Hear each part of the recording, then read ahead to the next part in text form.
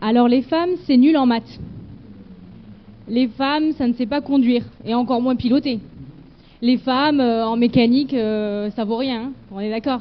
Ces phrases, vous les avez déjà peut-être entendues.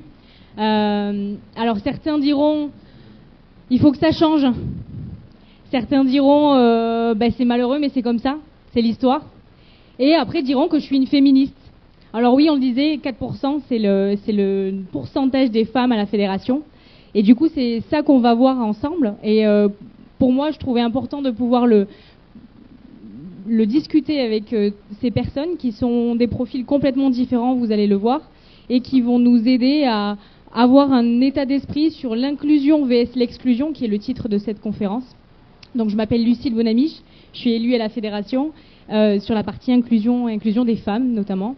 Et je suis une passionnée de l'ULM comme probablement vous tous, pilote sur multi-axe et autogire. Donc je vais pouvoir laisser la parole à mes amis. Donc nous avons Philippe, Céline, Laura et Diane. Et je vais les laisser se présenter. Donc Diane, tu peux commencer, à toi l'honneur. Bonjour à tous, je m'appelle Diane, j'ai 16 ans, je vais avoir 17 en fin d'année, je suis pilote sur Autogire au Mans, donc avec Air Bleu ULM, donc David Morin pour ceux qui connaissent, et puis voilà. Bonjour à tous, moi c'est Laura, j'ai 35 ans, je suis maman de 2 enfants, je suis pilote ULM multi-axe et je viens récemment d'obtenir ma qualification d'instructeur multi-axe au sein de la base ULM de Montpezat d'Agenais, parce que moi je suis domiciliée de là-bas. Donc voilà, moi j'ai commencé à voler à Montpezat, j'ai grandi à Montpezat, parce que moi j'ai fait mes études de mécanicien avion à Montpezat auprès de Fabrice, pour ceux qui connaissent un grand nombre, voilà.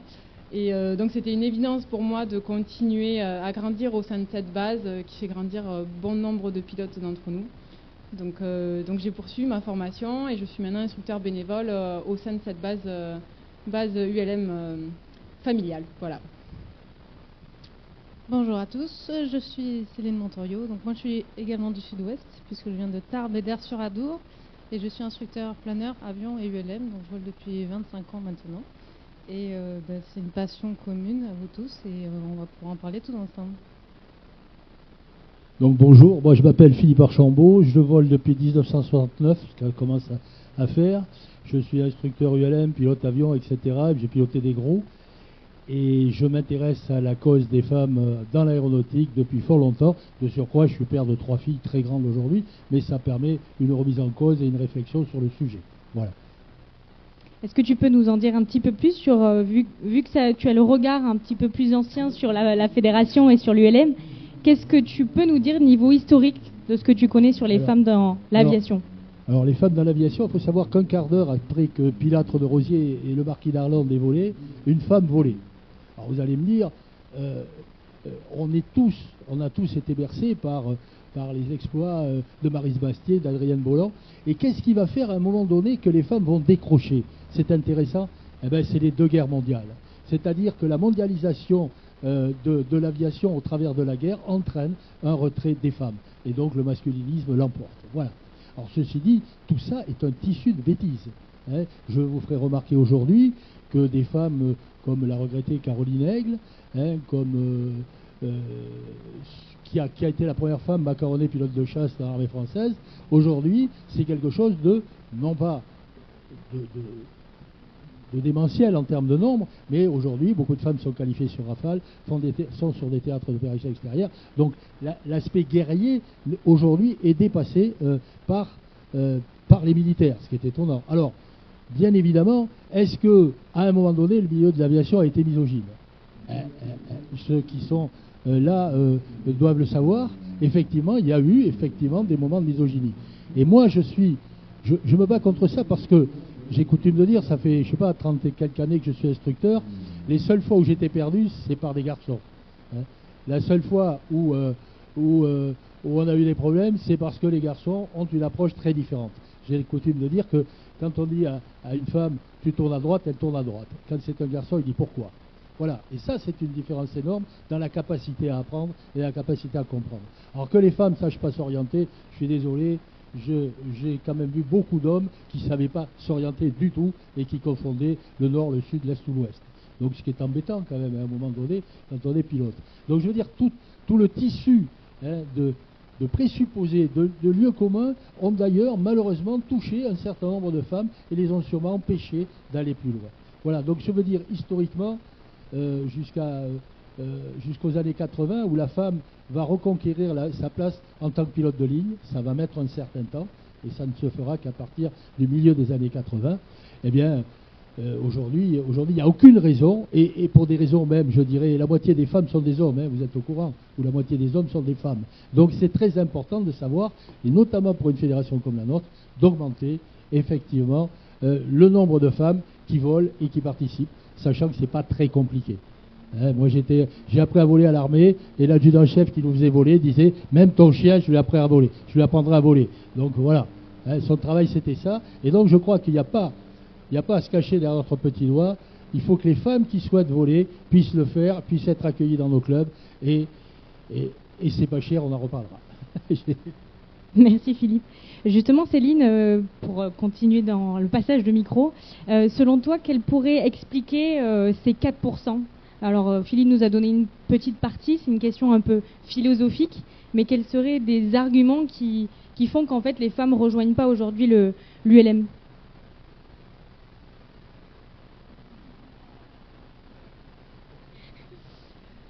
Pourquoi les femmes viennent pas dans l'ULM? Enfin, sincèrement, il n'y a pas de raison particulière. Parce qu'en fait, j'avoue qu'en tant que... Peut-être parce qu'il n'y a pas encore assez d'instructrices. On est en train de développer un peu le phénomène.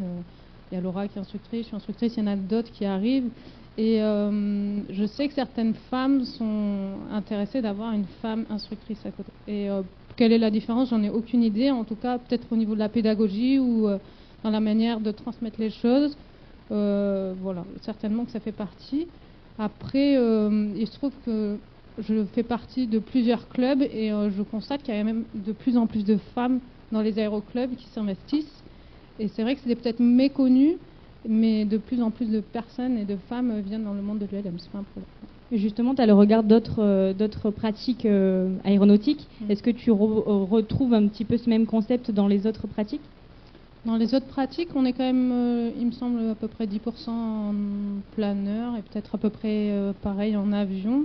Donc dans l'ULM, c'est en train de se mettre en place et c'est pas un souci, hein, parce que de toute façon, moi je suis sûre d'une chose, c'est que c'est comme les jeunes en fait. S'il y a quelques jeunes dans un aéroclub, ben, en fait ça attire les autres jeunes. Et les femmes, c'est pareil, il suffit quelques femmes dans un aéroclub et ça se met en place et il n'y a pas de problème là-dessus, il n'y a aucun souci. Et on l'a vu au Tour ULM, puisqu'on a fait le Tour ULM cette année. Et il y avait donc Diane, Laura était là, nous a accompagnés au sol, et c'était là aussi. Et on a vu qu'il y avait beaucoup d'équipages féminins, il y a eu beaucoup de femmes impliquées et qui avaient envie aussi, des jeunes qui voulaient devenir instructrices à leur tour. Et grâce à ça, en fait, ça va dynamiser le mouvement, en fait. Alors justement, on parle de Diane qui a pu être avec nous sur le Tour. Qu'est-ce qui t'a amené à l'ULM? Alors justement, c'est ma mère qui m'a fait découvrir donc l'ULM, l'autogire. J'ai pu faire mon baptême lors de mes 13 ans. Après, j'ai pu justement aller en école de pilotage où un peu chaque semaine, chaque mois, je pouvais découvrir le monde mais par les cieux. Donc j'ai commencé à piloter, j'ai adoré. Et justement, ce qui nous a amené cette année, cet été, à faire le tour ULM, donc comme parlait Céline, où on a pu rencontrer d'autres jeunes, d'autres femmes. Et en fait, ça crée des souvenirs inoubliables. On peut rencontrer des gens, on peut tisser des liens, créer des expériences en fait. Et justement, je trouve que c'est vraiment une expérience assez intéressante. Merci. Laura, sur la partie instruction, est-ce que pour toi, il y a une raison pourquoi les femmes ont du mal à passer le cap à devenir instructrice? Alors pour ma part, non, je pense pas, parce que moi j'ai grandi à Montpezat et pour l'avoir vécu ces derniers mois, on est quand même 3 femmes à avoir obtenu notre brevet, notre diplôme d'instructeur ULM multi-axe. Donc Camille a eu récemment son diplôme d'instructeur, moi je l'ai eu, Christine aussi qui est partie du coup voler sur Gap. Donc c'est une grande... je pense qu'on avance beaucoup dans la formation d'instructeurs... Ah pardon. On avance beaucoup dans la formation instructeur multi-axe, enfin du moins sur le multi-axe. Après à Montpezat, de notre côté, on a aussi formé en pendulaire, donc ça se développe pas mal de notre côté. Moi, je vais partir sur la formation autogire en instructorat. Donc, il faut savoir que il y a les bases nous accueillent très bien. Enfin, on est très bien accueillis. Du moins dans le Sud-Ouest, pour ma part, on a été très très bien accueillis. Voilà, on fait en sorte que l'accueil soit bienveillant, soit dynamique, soit chaleureux, tout en respectant bien évidemment le rôle et la place de la femme au sein de notre structure. Alors justement, tu parles d'accueil bienveillant. Qu'est-ce qu'il y a pour toi? Quels sont les faits marquants que tu pourrais nous partager sur l'inclusion, si on peut parler de ça, dans ta carrière dans l'ULM plus particulièrement? Toi ou Céline, peu importe. J'ai jamais trouvé de différence dans tous les aéroclubs où j'étais. J'ai jamais eu de différence entre un homme ou une femme, que je sois élève ou que je sois instructeur. Et pour moi, c'était important en fait. Il n'y a aucune différence. On pratique exactement la même chose et pour moi, c'est la chose la plus importante. Après, c'est vrai que dans certains aéroclubs, il y a peut-être les femmes qui sont mises à côté, qui sont, comme tu le disais, qui ne sont pas considérées comme aptes à piloter. Mais en fait, ce n'est pas du tout le cas. Dans beaucoup d'aéroclubs, quand même, il y a au contraire des personnes qui sont heureuses de voir les femmes arriver et vouloir être motivées et vouloir piloter. Oui, tout à fait. Oui, j'en rajoutais juste, c'est que du coup, je rejoins Céline, parce que moi, j'ai pas trouvé de différence dans l'accueil qu'il y avait plus d'un côté masculin ou d'un côté féministe, pas du tout. Il y a vraiment la bienveillance des deux côtés, que ça soit un élève pilote homme ou un élève pilote femme qui intègre notre base ULM. Voilà, le respect, il est pour tout le monde pareil, l'accueil, il est vraiment pour tout le monde pareil, et c'est ce qui fait la richesse, du moins je parle pour notre base. Et qui fait aussi notre renommée aujourd'hui, c'est qu'on accueille vraiment tout le monde pareil, avec beaucoup de bienveillance et tout notre cœur. Voilà. Et du coup, Philippe, je te pose la question un petit peu cash. Pourquoi créer un volet au féminin s'il n'y a pas de différence? Alors, le problème, il est pas une femme pilote, c'est comme un homme pilote, il n'y a pas de différence. Pour moi, il n'y en a aucune. Okay, on lui demande les mêmes choses, il ou elle doit faire les mêmes choses. Donc, par contre, il y a bien une problématique d'amener les femmes à voler. C'est-à-dire qu'aujourd'hui, il faut, comme on l'a fait pour la jeunesse, il ne faut surtout pas qu'un jeune homme, une jeune fille, ou un homme ou une femme, soit empêché de voler pour des tas de raisons, des raisons géographiques, des raisons économiques, des raisons politiques, etc. Je veux dire, ou des raisons de société. Donc, systématiquement, il est nécessaire. Alors, à un moment donné, moi, je ne suis pas pour effectivement toujours qu'on parle des gens handicapés, des femmes. Pendant longtemps, au sein de la fédération, les femmes et les handicapés étaient sur le même plan. Allez savoir pourquoi. Hein, c'était des publics. Alors, c'est maladroit, mais ça voulait dire simplement qu'on considérait que c'était des problèmes spécifiques. Pour moi aujourd'hui, ce qui m'intéresse, très sincèrement, c'est d'amener les femmes à piloter. Et que je suis à peu près persuadé. Alors ce qui est intéressant, il faut savoir, c'est qu'à peu près depuis le Front Populaire, il y a à peu près 100 000 licenciés, toutes disciplines aéronautiques confondues. On y rajoutera même les aéromodélistes. Il n'y en a pas plus. Et par contre, le seul champ de développement possible aujourd'hui, il faut être clair, c'est les femmes. Les femmes sont assez peu, je dirais, concernées non, mais assez peu touchées par ce que peut offrir l'aviation. Donc, évidemment, il y a les passionnés, il n'y a aucun souci. Mais pour les autres, ça doit être une offre qui soit attrayante et attirante. Voilà. Alors, c'est pas... moi, je sais qu'on ne vole que parce qu'on aime ça, qu'on soit homme ou femme. Hein. On ne va pas forcer quelqu'un à aller voler. Ça paraît... ou alors, vraiment, il a fait une affaire de société et le diplôme obtenu, avec beaucoup de mal d'ailleurs, il arrêtera ou elle arrêtera de voler. Alors, je rajouterai une chose. Souvent, notre société culpabilise les femmes, notamment sur les enfants, le risque, etc. Rassurez-vous, les hommes ne sont jamais dans cette situation. Jamais les hommes ne se posent la question de savoir s'ils vont mourir, ils ont des enfants, etc.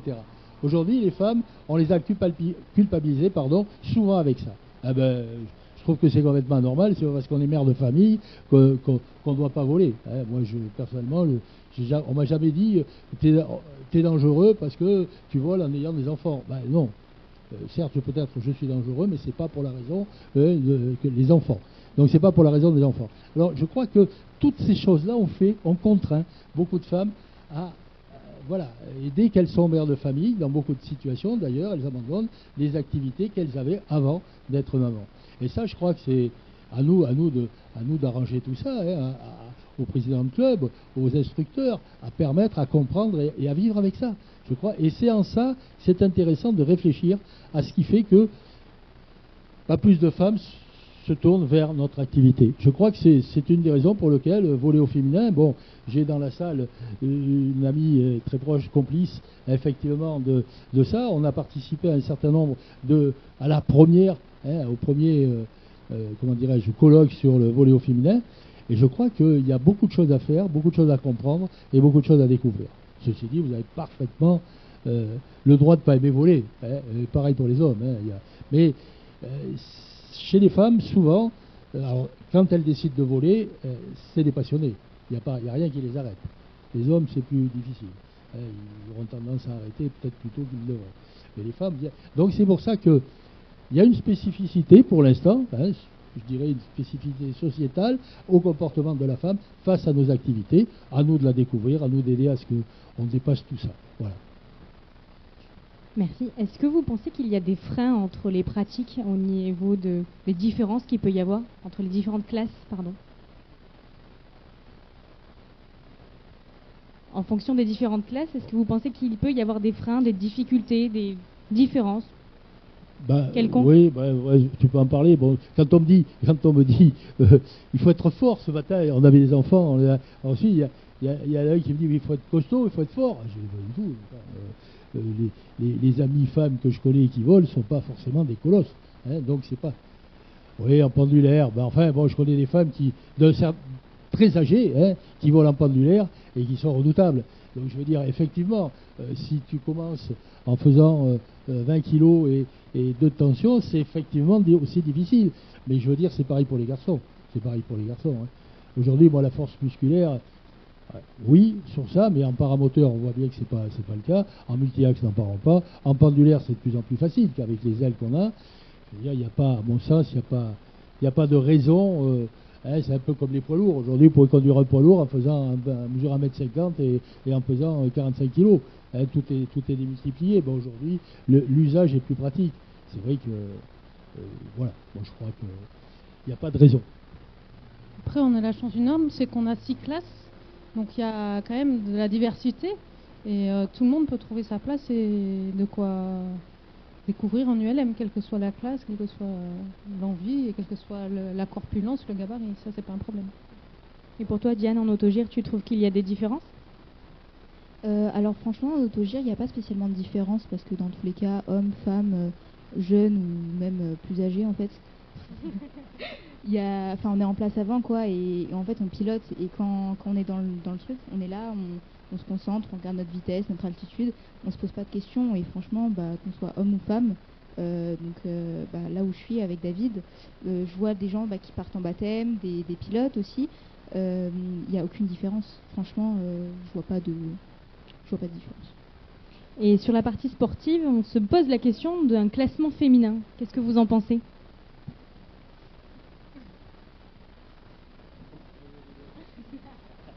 Le but est de créer le débat, bien sûr. C'est pas pour que tout le monde soit d'accord. Évidemment, c'est de dire ce qu'on pense. Et pourquoi pas, d'ailleurs, si vous avez des choses à raconter aussi dans le public. Il n'y a pas de...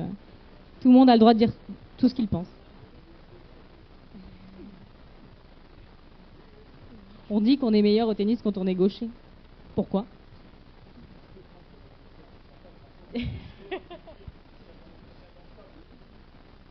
Je pense qu'il est sincèrement plus enrichissant qu'on soit tous ensemble en compétition, dans la même catégorie et qu'on partage les mêmes choses. Parce que de toute façon, il n'y a aucune différence.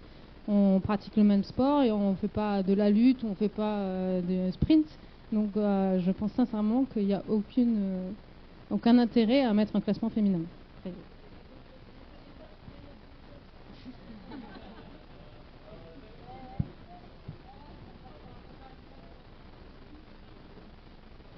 Et puis comme le disait Céline, c'est vrai, on part tous sur un pied d'égalité, peu importe la classe, pardon. On est tous ensemble et c'est vraiment un état d'esprit, et quand on est dans le feu de l'action en fait, on pense pas à ce genre de choses. Oui, Le micro arrive. Merci. Donc vous pensez faire une section spéciale femmes dans votre association ou pas? Non, pas du tout. Ma question était simplement ouverte. Qu'est-ce que vous en oui. pensez du classement? Non, parce que s'il y avait une section spéciale femmes, moi j'aurais demandé, exigé une section spéciale hommes alors. Hein. Bah, Parce que justement, tant à faire des conneries, autant y aller au bout, quoi. Non? Non, mais pour notre part, La discussion est ouverte. pour notre part à toutes les trois qui ont ici présentes, vous on est savez- bien d'accord qu'on ne veut pas avoir une catégorie femmes dans nos clubs. Il en est hors de question. Voilà, très bien. Vous savez quelle particularité a la meilleure pilote de chasse iranien sur Tomcat il y a 25 ans? C'était une femme. Ok? Donc arrêtez de dire qu'il y a différence avec les femmes. Il faut arrêter les conneries, quoi. Hein. Faut Ben, arrêter. C'est pour ça qu'on est là aujourd'hui et qu'on prône l'égalité et la mixité sociale. Moi, je le vois dans mon club. Il n'y a aucune différence entre un homme et une femme. On est tous pareils sur la même égalité. Et je suis pas là en train de dire je suis une femme et je suis instructrice et je veux que ça soit moi la première. Non, en fait, on est tous pareils. Mes élèves, je les forme tous de la même façon. Et j'ai été formée par mon instructeur de la même façon qu'il a formé les mêmes instructeurs hommes. Il m'a formée pareil, moi, en tant que femme. Donc, il n'y a aucune discrimination, il n'y a aucune préférence que je sois une femme ou un homme, quoi. Donc, justement, pour expliquer que nous, on n'est pas justement à vouloir faire du volley 100% féminin. On met bien on promouvoit en fait le volley au féminin pour justement bien inciter les femmes à dire que voilà, c'est pas nous, on est les femmes, on n'a pas notre place derrière la cuisine, on a notre place partout. Où qu'on se situe, on a notre place partout et il n'y a pas une image qui nous est collée sur le front. Voilà. On est accueillis par bienveillance et par respect par beaucoup d'endroits, par beaucoup de clubs. Et moi, j'en parle, Céline en parle, Diane en parle. Voilà. C'est vraiment, arrêtons ces tabous de dire on est les 100% femmes, on crée un groupe 100% féminin, on veut pas d'hommes. Ben non, on grandit tous ensemble. Sinon, on ne peut pas grandir, en fait. Voilà. En fait, on est complémentaires et la conférence, si elle est là, c'est parce qu'il n'y a que 4% de femmes. Et c'est pour montrer aux femmes que c'est accessible à tout le monde. C'est pas pour dire on est différent. C'est juste pour dire venez, parce qu'en fait, si nous on peut le faire, vous pouvez le faire. C'est juste pour ça. c'est simplement une question de mixité. C'est pas parce que, nous, on est là et ça veut dire que n'importe qui, peut être là.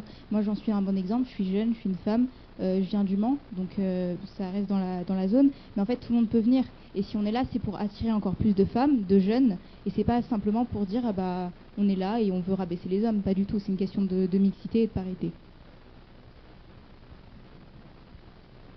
Ouais, ta remarque, votre remarque est excellente, mais il y a une réalité. Effectivement, c'est la réalité du nombre. Alors, qu'est-ce qui fait? Moi, je souhaite m'adresser, là, bon, c'est pas le cas, mais je souhaite m'adresser aux femmes qui ne sont pas pilotes. Donc, on a cherché des publics de femmes pas pilotes, école d'infirmières, STAPS, etc., pour savoir pourquoi elles sont que 5%. Voilà. C'est tout ce qui nous intéresse. Enfin, moi, c'est tout ce qui m'intéresse. Maintenant, quand tu es pilote, mâle ou femelle, c'est pareil. Pour moi, c'est pareil. Le brevet, c'est le même.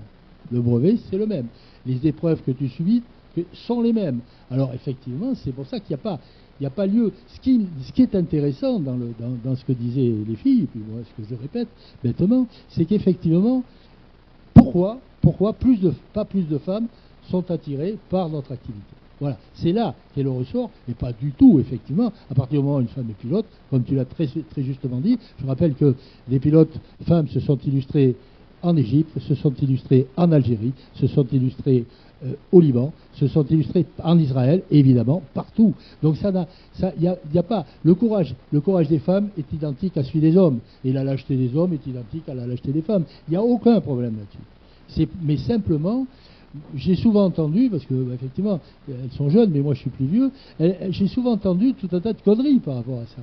Oui, les femmes, ça n'a pas le sens de l'orientation. Alors, elles arrivent à s'en persuader quelquefois. C'est un peu comme le vin, ça.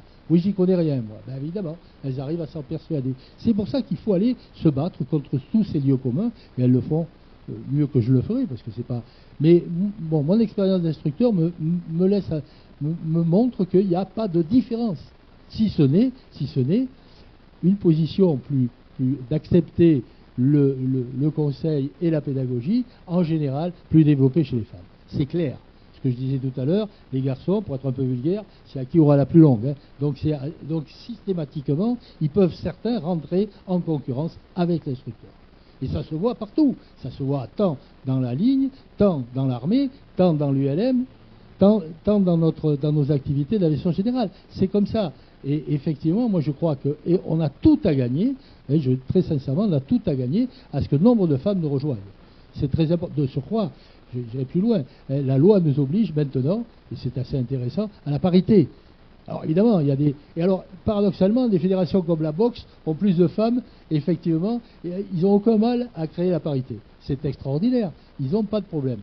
L'ULM, l'aviation, la Fédération française, la FFA, la Fédération française de vol à voile, un peu plus d'ailleurs, mais on est quand même dans des situations où les femmes ne se précipitent pas dans nos clubs pour apprendre à voler, donc, et pour y prendre des responsabilités. Donc c'est ça qui est intéressant. Moi ça m'intéresse. J'ai passé 40 années au rugby avec des garçons. Ben aujourd'hui, les femmes montrent par exemple à la Fédération française de rugby qu'il y a un engouement. Et on a dépassé le coup de se taper dessus, etc. La boxe. Donc il n'y a pas de raison que l'aéronautique ne bénéficie pas d'une évolution sociale qui fait que les femmes s'impliquent de plus en plus. Voilà. Alors justement, qu'est-ce que vous en pensez de la parité dans les comités directeurs qui va être étendue sur la partie régionale? Qu'est-ce que vous en pensez?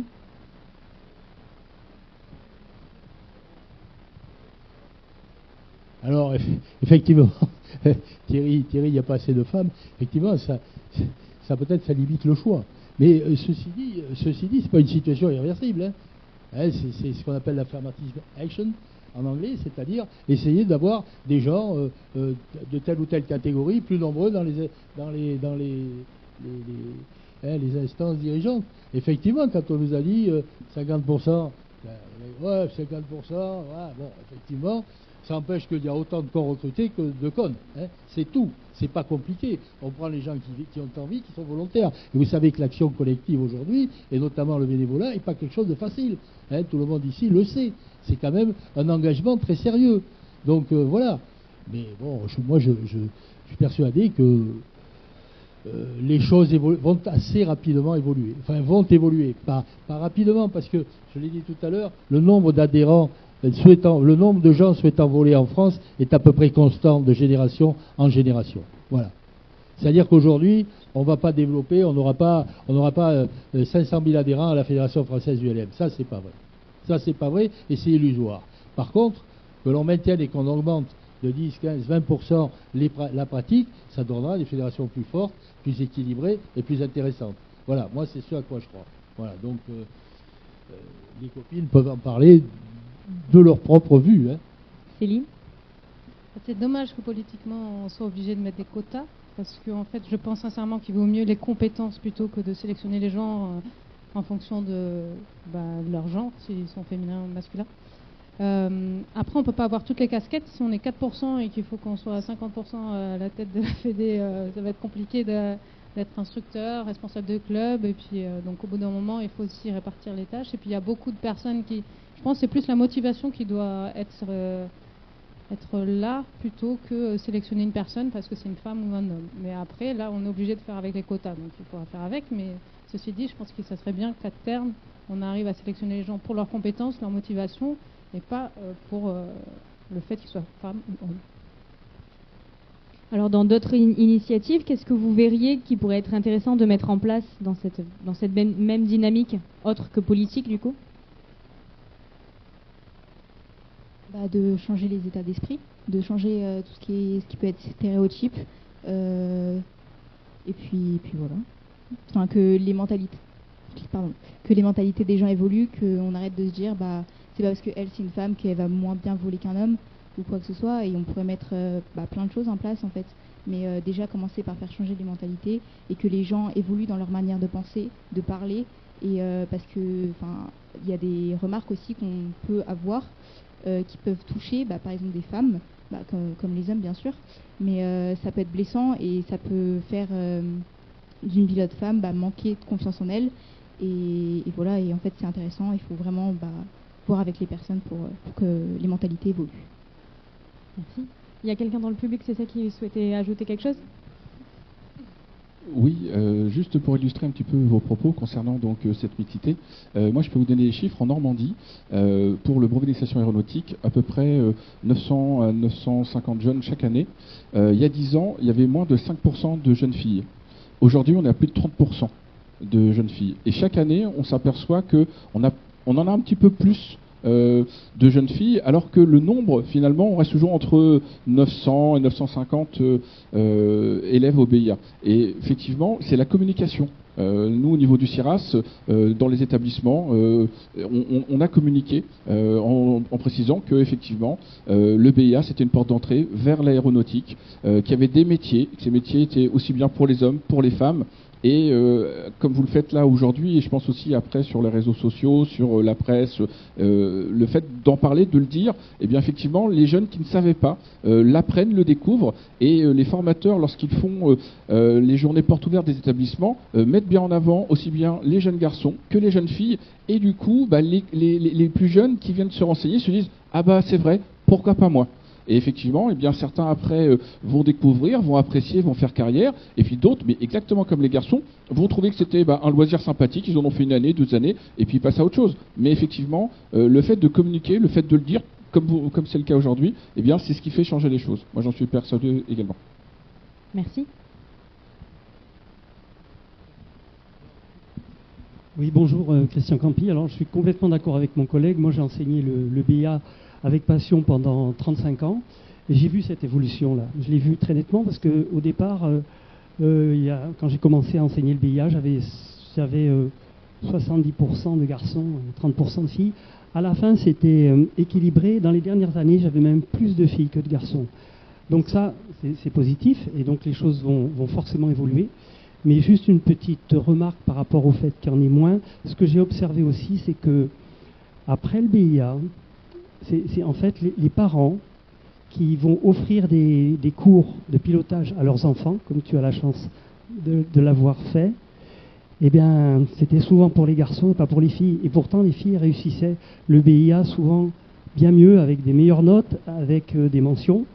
Et j'étais déçu de voir que derrière, il ne se passait rien. Et les garçons, leurs parents, ils les incitaient à continuer dans cette voie-là. Donc en fait, c'est culturel, je pense. Pourquoi pas de filles? Parce que là, déjà, l'intérêt pour la chose aéronautique, il a évolué, comme tu l'as fait remarquer. Ça, c'est une bonne chose. Et après, il faut qu'au niveau des parents, ça suive pour payer des cours de pilotage à leurs filles, alors qu'ils se disent que probablement, non, c'est une fille, non, quoi. Et pourtant, elle a eu son BIA avec mention.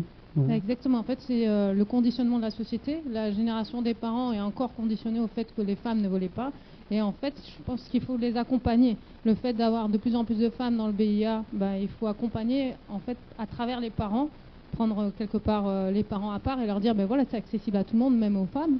Et je pense que le bel exemple qu'on a, sincèrement, c'est le Tour ULM. Je me répète, mais la génération, ça sera bon parce que. Exactement. La génération d'après, ça va être bon.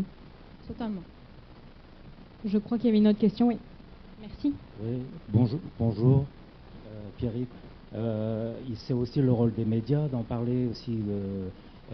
Par exemple, c'est le même problème pour les jeunes, hommes aussi. C'est quand on voit un reportage sur les chaînes régionales ou même nationales de l'ULM, on voit jamais un jeune, encore moins une jeune, présenter un petit ULM pas trop cher avec lequel ils volent. On voit toujours des vieux, avec des ULM à 60 ou 100 000 euros, alors qui font les intéressants évidemment. Et à chaque fois que j'ai vu, je ne sais pas s'il y a d'autres qui ont, à chaque fois que j'ai vu un reportage, soit sur une chaîne régionale ou nationale, à chaque fois c'était la même chose. Alors je pense que s'ils montraient sur TF1 ou les grandes chaînes, la petite jeune, je ne me rappelle plus son, je pense que ça ferait réfléchir pas mal de petites jeunes comme ça, qui verraient, moi aussi je peux le faire, quoi. Il y a ça aussi, il y a la communication, c'est vachement important.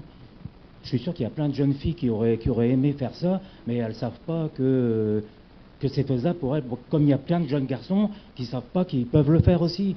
qui peuvent acheter un petit pendulaire, par exemple, à 4 000 ou 5 000 euros, et ils peuvent voler. C'est vrai que c'est pas donné, mais qu'est-ce qui est donné?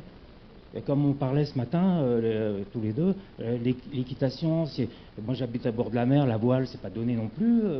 Ben voilà quoi. Hein. Donc, mais on peut, même à la voile, on peut s'acheter un petit bateau, un petit voilier à pas cher, à retaper même. Et donc il faudrait montrer ça. C'est pas un problème que pour.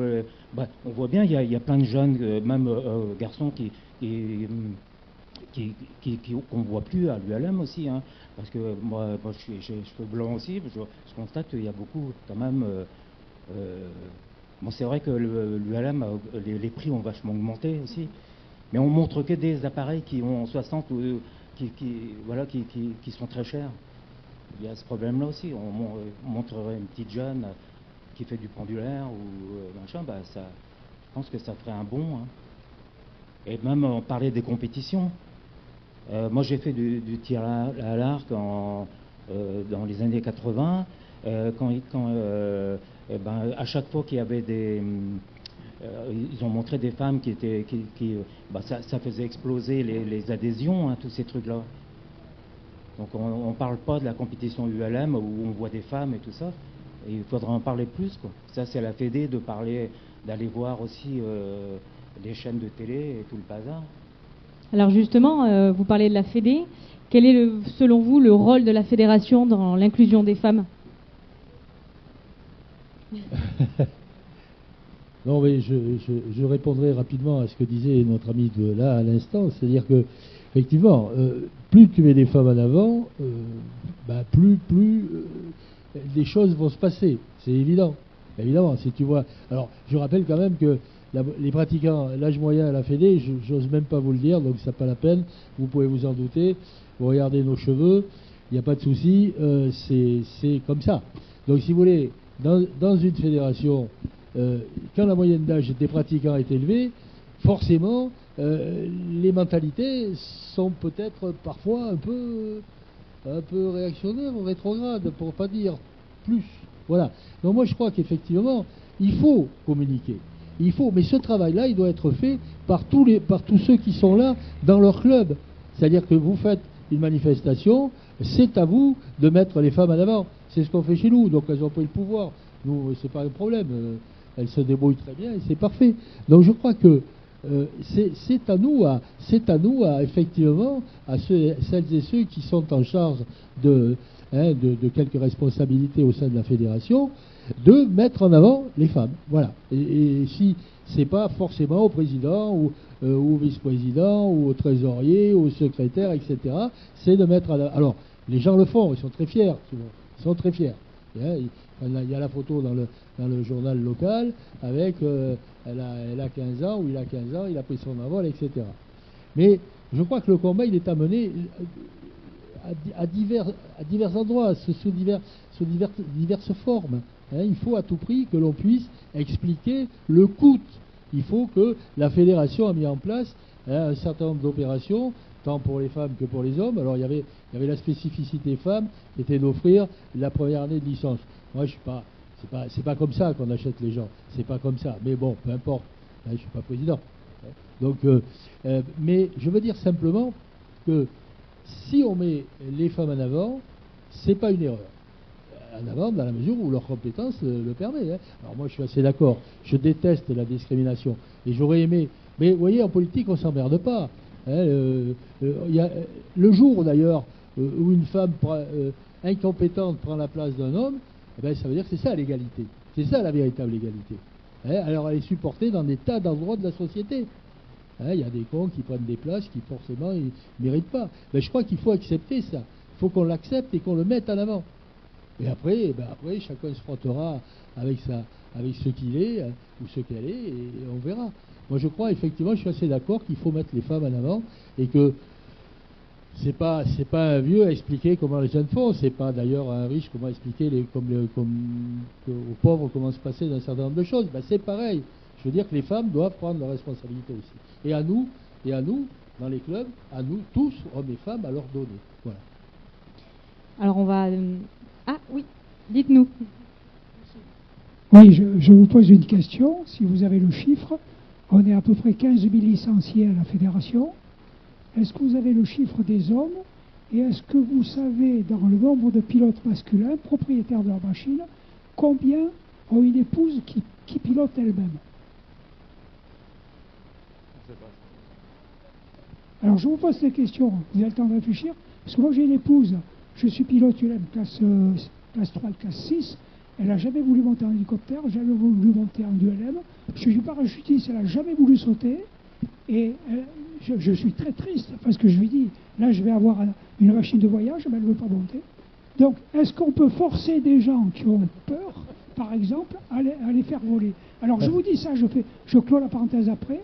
Moi, je ne voulais pas faire le classe 6 hélicoptère et je me suis laissé convaincre par Agier, Jean-Paul Agier, qui était ici avec, vous connaissez, qui avait son école à Montélimar.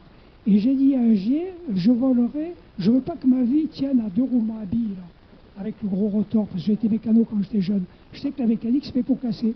Et quand il a eu 4000 heures d'instruction, j'ai dit, bon, ben là, je peux y aller, il est balèze et tout. J'ai pris, il y avait le LH212 et puis l'autre, le truc belge, moins cher. Il m'a fait prendre le plus cher parce que c'est celui qu'il préférait. Et j'ai fait mon brevet. Et quelques mois après, il s'est tué. De mort. Pas de sa faute, hein. La machine qui a lâché. Alors je reviens à ça. Si ma femme ne veut pas voler, elle a peur, je ne vais pas la forcer. Pourquoi on veut forcer les gens à faire des choses qu'ils ne veulent pas faire? Non. Chacun fait ce qu'il veut. On veut pas forcer. Et donc du coup, je vais rebondir sur ce que vous venez de dire parce que je vais parler de mon exemple personnel. C'est-à-dire que j'ai été jeune pilote, je suis devenue pilote, je suis devenue récemment instructrice de vol. Et mon mari ne partage pas du tout la même passion que moi. Donc mon mari, c'est plutôt les motos, tout ce qui est karting, tout ce qui est très routier. Il m'empêche pas de faire ma passion, hein, bien au contraire, j'en profite pleinement. Mais lui ne partage pas cette passion et respecte, mais ne monte pas avec moi en vol. Donc c'est pas un côté plus homme ou femme, je pense que c'est une question de respect de la personne et de l'envie qu'il en ait. Nous, notre rôle là, c'est de vraiment inciter la femme dans le monde de l'ULM, quel qu'il en soit, que ce soit en classe 1, 2, 3, 4, 5 ou 6. C'est de leur dire qu'elles ont autant de chances que n'importe quel autre homme. Qu'elles seront autant accueillies avec bienveillance que n'importe quel autre homme.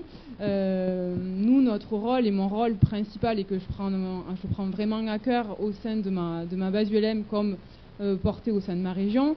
Voilà, je suis jeune instructrice, je viens de passer mon diplôme d'ICAEA pour pouvoir intervenir dans les lycées, dans les collèges, pour pouvoir former le BIA et pour justement inciter d'autres jeunes, mais quel qu'il en soit, que ce soit un homme ou une femme, à dire ben voilà, il y a des choses qui existent, que ce soit dans le pilotage, dans la mécanique, voilà, dans l'aéronautique, il y a plein de possibilités qui s'ouvrent à vous.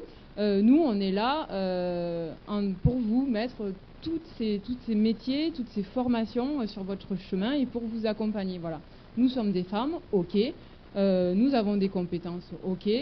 Voilà, nous, on a notre façon de vous accompagner qui est totalement en accord avec celle d'un homme aussi, mais voilà, n'hésitez pas, il n'y a pas de tabou, il n'y a pas de frein, allez-y, venez essayer, que ce soit un baptême de l'air, une initiation, un forfait de 5 heures, venez découvrir notre passion, vous aimez ou vous aimez pas, mais je veux dire, ça se respecte, notre passion se respecte au même titre qu'une femme qui fait de l'équitation, qu'une femme qui fait du tir à l'arc, qu'une femme qui fait de la boxe. Il n'y a vraiment pas de tabou à avoir sur le volet au féminin, voilà. On n'a pas besoin de les forcer. Non, on veut pas forcer, en fait. On veut juste leur montrer que c'est accessible, en fait, mais pas forcer. On veut juste montrer que c'est accessible. C'est juste ça. Eh bien oui, il n'y a aucun problème, mais le seul... Je ne sais pas si on crée de problème. Au contraire, c'est pour dire qu'il y a des femmes qui volent et que tout le monde peut voler. En fait, c'est pas créer un problème. Bah oui, c'est possible qu'on n'ait pas besoin d'en parler. Là est le débat. D'où le titre de cette conférence. On peut te donner un conseil, change de femme, mais bon, ça, si tu veux, faut pas déconner. Non, je crois, non, mais s'il n'y avait pas de problème, c'est pas un problème. Moi, on le vit pas comme un problème. Hein. Moi, c'est une réalité. Depuis le temps que je vois des femmes venir voler, avec qui on a eu des actions de formation. Donc, les femmes qui viennent voler, elles volent, il n'y a pas de souci, on s'en fout. Mais moi, ce qui nous intéresse, c'est d'attirer un certain nombre de jeunes femmes, de dames, de tous âges d'ailleurs, parce que je crois qu'effectivement, beaucoup de types se tournent vers le pilotage à l'âge de la retraite. Je ne vois pas pourquoi les femmes en seraient privées. Hein, voilà, il faut être clair. Donc, c'est pas, moi je le vis pas comme un problème. Mais après tout, tu fais pas boire un âne qui n'a pas soif. Il n'y a pas de problème. C'est pas. Mais je crois que pourquoi il n'y a que 5%, c'est ce qui m'a posé problème intellectuellement. Alors comme j'aime bien me tordre l'esprit pour des conneries, eh ben là on y est. Bon, je laisse la parole à Thierry qui veut parler. Non, c'était juste. Depuis plusieurs années, on fait de l'incitation pour que des femmes viennent voler. Et l'incitation en faisant des licences gratuites, etc., etc. Je pense que ce n'est pas la bonne solution d'inciter les gens. Parce qu'ils viennent, enfin, elles viennent, soit d'ailleurs des jeunes, des handicapés, des femmes, etc. Les gens viennent, mais ils ne continuent pas. Je pense que l'idée serait plus intéressante de faire de l'aide aux femmes une fois qu'elles ont commencé. Et non pas de l'incitation. On fait pas, tu l'as dit toi-même, on ne fait pas voir un âne qui n'a pas soif. Tu as beau inciter les gens, les femmes en l'occurrence, c'est le sujet, à venir s'inscrire à prendre des licences, à prendre des cours, etc. Mais ce n'est que l'incitation. Elles sont là parce que ponctuellement, il y a une aide et on ne les voit plus. Alors que je pense que si on faisait de l'aide, c'est-à-dire qu'une fois qu'une femme est inscrite, qu'elle prend des cours, c'est là qu'il faut faire en sorte qu'elle ne parte pas ou qu'elle n'abandonne pas au bout de quelques mois ou quelques années. Donc c'est plus de... Moi je verrais comme ça, la Fédé devrait plus faire de l'aide, les 5% qui volent, plutôt que de faire de l'incitation pour passer de 5 à 10.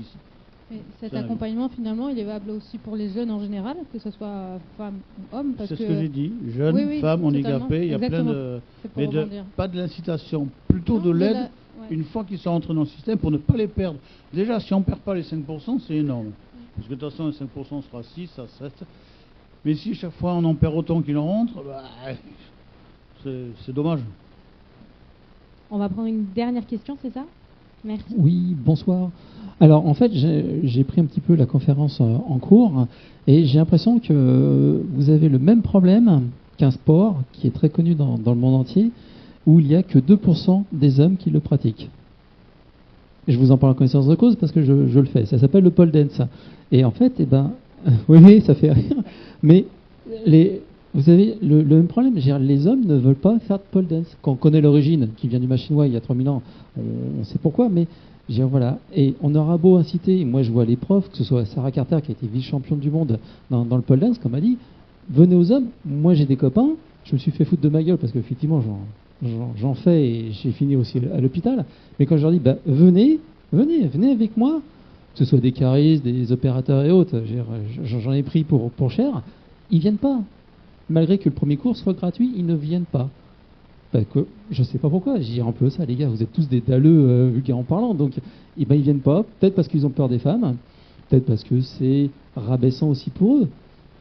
Donc j'ai l'impression que vous avez un petit peu ce même problème qui est l'image, parce que là, dans le pollen, c'est pas forcément le coup, mais dans l'aviation, effectivement, j'ai pu voir un peu les avions autour, c'est pas un smicard qui peut se permettre de s'acheter un ULM et de voler avec, mais je veux dire, voilà, c'est ce côté, je pense, image, où vous avez un petit peu de mal, comme effectivement dans le pole dance, ils en ont pour recruter des hommes. Tout à fait, merci beaucoup pour le témoignage. Après, on n'est pas obligé de se payer un ULM pour voler, on peut voler dans les aéroclubs et c'est beaucoup plus accessible, donc ça c'est chouette. Mais effectivement, on a ce souci, mais je pense que c'est surtout une histoire de génération. En fait, il y a des générations entières où la femme n'avait pas sa place là, alors que il y a l'inertie de la société qui évolue. Il faut attendre, la nouvelle génération arrive avec beaucoup plus de motivation et beaucoup plus d'implication. Et je pense sincèrement, dans 10 ans, on n'aura pas ce problème-là, puisque toute la génération de Diane aura remis tout ça en place. Il faut qu'on soit patient, mais voilà. Parce que on parle des femmes, mais les jeunes, c'est pareil. Les jeunes commencent, mais il y en a beaucoup qui arrêtent très vite. Donc c'est le même problème en fait avec les jeunes, c'est comment les accompagner pour qu'ils restent et qu'ils se perfectionnent et qu'ils restent longtemps. Parce que notre moyenne d'âge, on l'a pas cité, mais la moyenne d'âge de la FFLUM, elle est pas très elle est très élevée. Donc si on arrivait à tout redescendre en impliquant les gens, en les accompagnant, et en fait c'est à toutes les échelles, c'est pas que la fédération qui peut faire ça, c'est dans tous les aéroclubs, dans tous les gens que vous rencontrez, à chaque fois que vous faites des voyages ou que vous allez vous poser sur notre aérodrome, c'est tout ce qui se passe là. Et puis aujourd'hui, il y a tous les réseaux sociaux. Je pense qu'il y a moyen de faire les choses pour que ça avance un tout petit peu plus vite, parce que cette inertie-là, on peut pas... c'est compressé.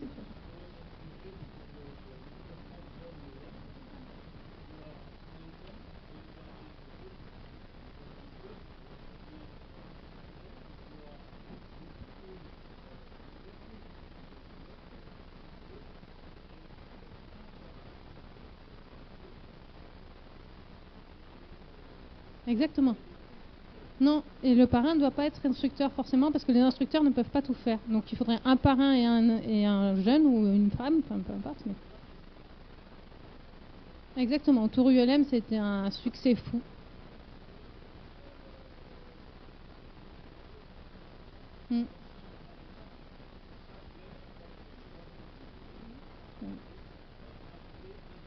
Un parrain. Et ça impliquerait le parrain aussi, de manière à...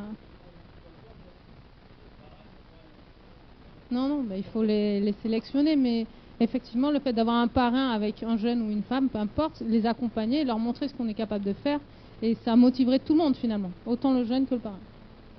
Alors, pour répondre à ta question, c'est quelque chose qui existe. Hein, c'est ce qui a permis à la Fédération française aéronautique, des avions, de perdurer. Parce qu'on a souvent une prise en charge des plus jeunes par quelques anciens. Ça se faisait beaucoup.